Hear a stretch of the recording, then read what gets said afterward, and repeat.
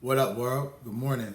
Welcome to episode 47 of the Blunt Talk Sports Podcast. I'm your host, Anthony Wright, coming to you from the beautiful and warm confines of Atlantic City, New Jersey. Wherever you may be watching or listening, I thank you as always. Like, share, and subscribe. It helps the channel. Hopping right into it, guys. You know it's the morning after the draft. A ton of things to go into, jam-packed information. I actually have that episode coming up right after this one. However, this is just covering a lot of the NBA free agency and coaching hiring news that's been going on. I'm pretty sure you guys have been aware of it. If you're not, that's why you plugged into the show. I got you. Nonetheless, I definitely want to make sure that I'm plugging you guys in with that. But a ton of the information that for us to all go over and to dig into. JJ Reddick becoming the Lakers head coach. Paul George rumors. Malik Monk signing back with the Kings. Like the Beam. A couple different things definitely want to tap into. Before we get into all that, I definitely want to make sure that we're getting out the word that we are definitely on Apple Podcasts. And not only on Apple Podcasts, listen to the Blunt Talk Sports Podcast on Apple Podcasts. QR code is also available for quick access to the channel. Also, check us out on Spotify.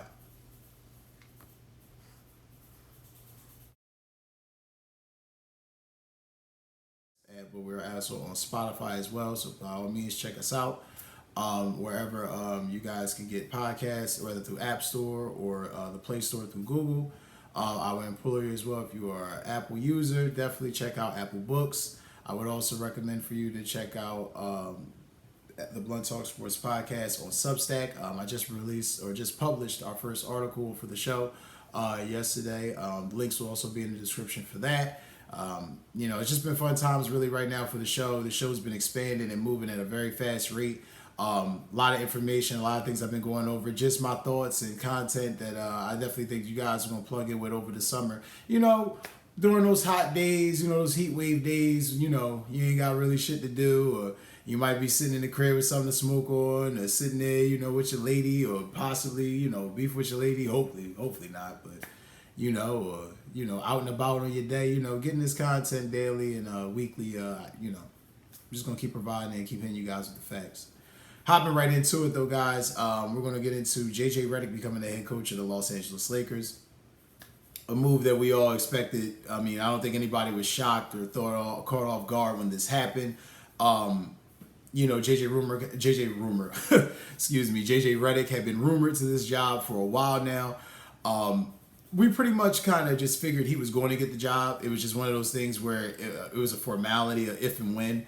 The Dan Hurley rumors, I think, were a huge curveball. Just maybe the Lakers, turning over every stone, doing due diligence. But I don't really think that they honestly wanted Dan Hurley to take the job. I think they really wanted JJ Reddick. That was who they really wanted from the onset. They didn't want to look biased. They didn't want to look like they were, already...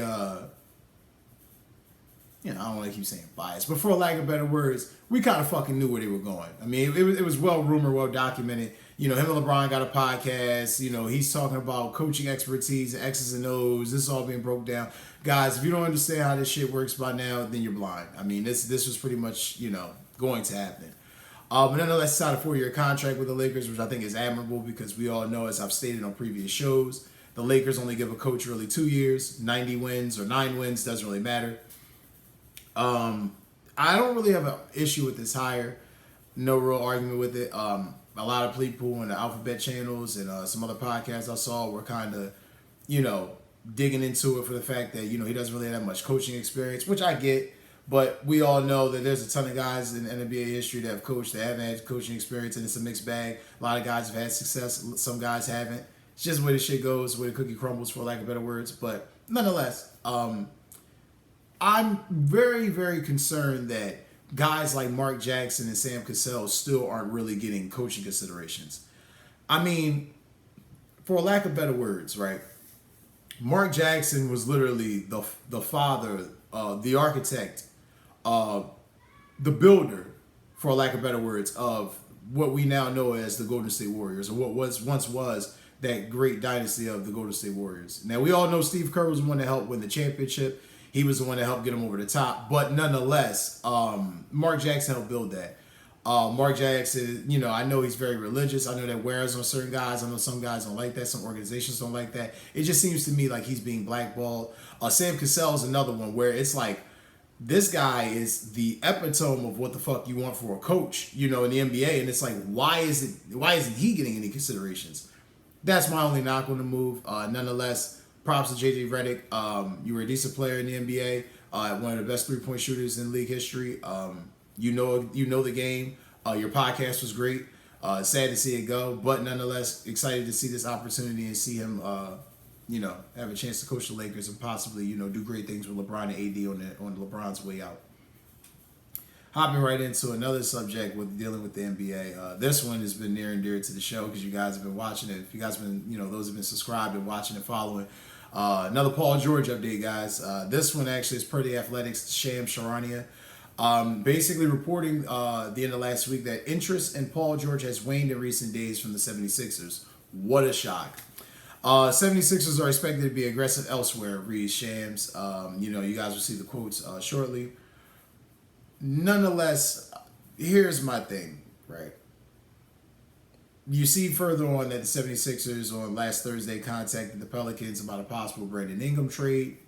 Something I talked about on the show that I think is doable. Also, that trade that was reported per the Athletics' Kelly Eco. It just seems to me the Sixers aren't dumb. They just got rid of a thief. They don't want to bring in a more expensive thief. Paul George is literally Tobias Harris 3.0. There's no reason to go down this road again. I've had people comment and reach out to me that, Paul George is better than Tobias Harris. That may be true. But, a broken clock is also right 2 times a day. It does rain, in the Sahara. And, it does sometimes snow in Florida. That doesn't mean it's going to do it all the damn time. So with that being said, this is a great move for the 76ers. Definitely leave no stone unturned. I think Brandon Ingram will probably be the move.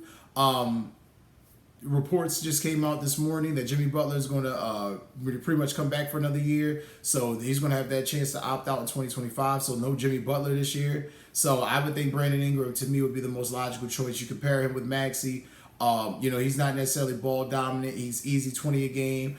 Pair him with Maxey, pair him with Embiid. That's a more interesting, intriguing lineup. And then you can get shooters around those guys and possibly another vet down the line.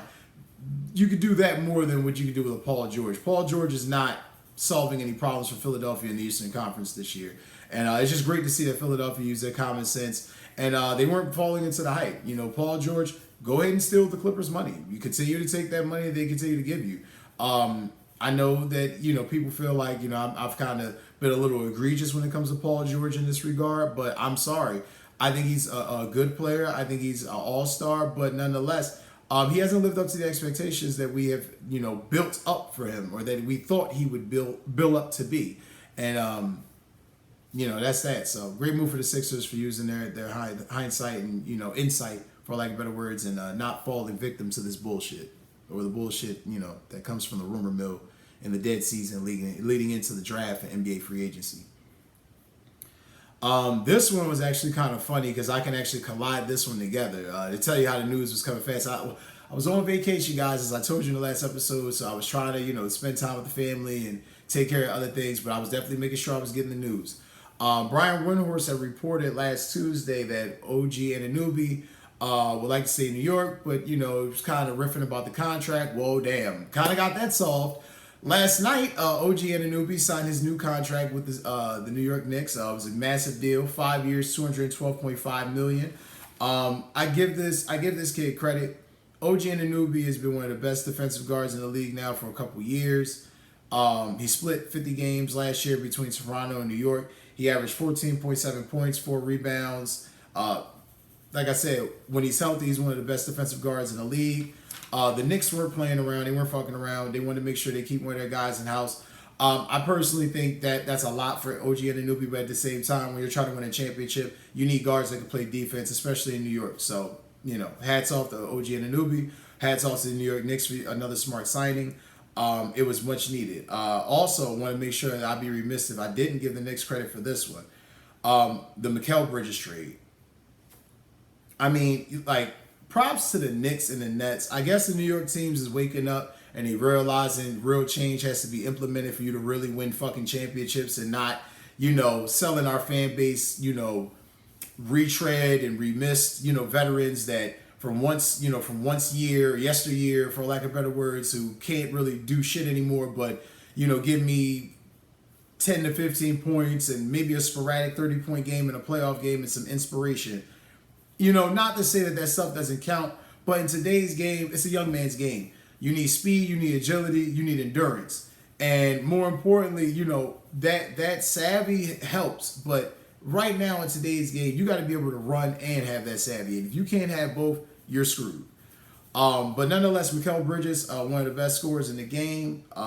Definitely going to the Knicks. Great move for the Knicks. My only question, though, before I get to the Nets part of it, my only question for the Knicks.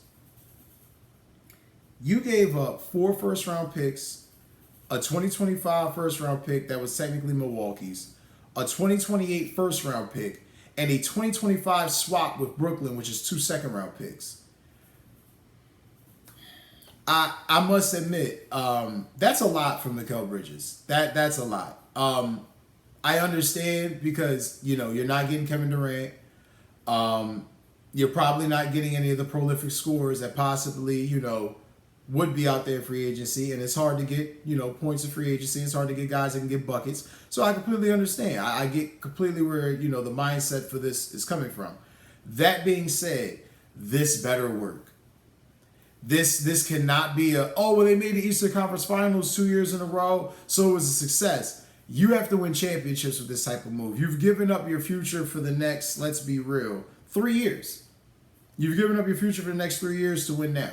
So it's going to be interesting. But again, I want to, give props to Mikal Bridges. He's going to have a chance to compete now. He's not going to be, in the waste bin in New York and Brooklyn, playing with the Nets and not winning shit and not really getting considered for anything besides possibly an All-Star game or, a nod during, a regular season game in November or February. It's just good to see that, guys are finally getting the opportunity to really compete and show what they can do. But again, this was a massive trade and it has multiple layers, so I want to make sure that I touch all layers on it. The Nets, who also initiated this trade, the Nets now, and this is fucking insane. I mean, fucking insane when you really think about this. The Nets literally recouped the first round picks they lost in the James Harden trade, so nullified that loss. They now have 16 first round picks through 2031, including 4 in the 2025 draft. Shout out to the Nets. You know you're going to be garbage. You know you have to really retool this roster to even be competitive, especially in the Eastern Conference. In your division, you're not better than Philly. You're not better than Boston. You're not better than the Knicks. You're not better even than Toronto. So I give it to them. This was a smart move. You're going to suck for a while. It's going to suck to watch basketball in Brooklyn. But hey, at least tickets will be cheap. And if you're a fan of an opposing team, at least, in the tri-state area like myself, at least maybe you can go to a game in Brooklyn and catch your favorite team play for cheap seats. But nonetheless, smart move by the front office and Sean Marks and those guys in Brooklyn. And another layer to this, Houston. Because, again, layers. Big onion on this. Houston was able, because they were in this trade with the Nets, a separate trade. They were able to get, they gave away their first round 2025 pick, their first round 2026 pick. Interestingly enough, and I said for Brooklyn, I misspoke. It was with Phoenix because it was a separate trade that went on that day. Again, I reiterate, it was with the Phoenix Suns.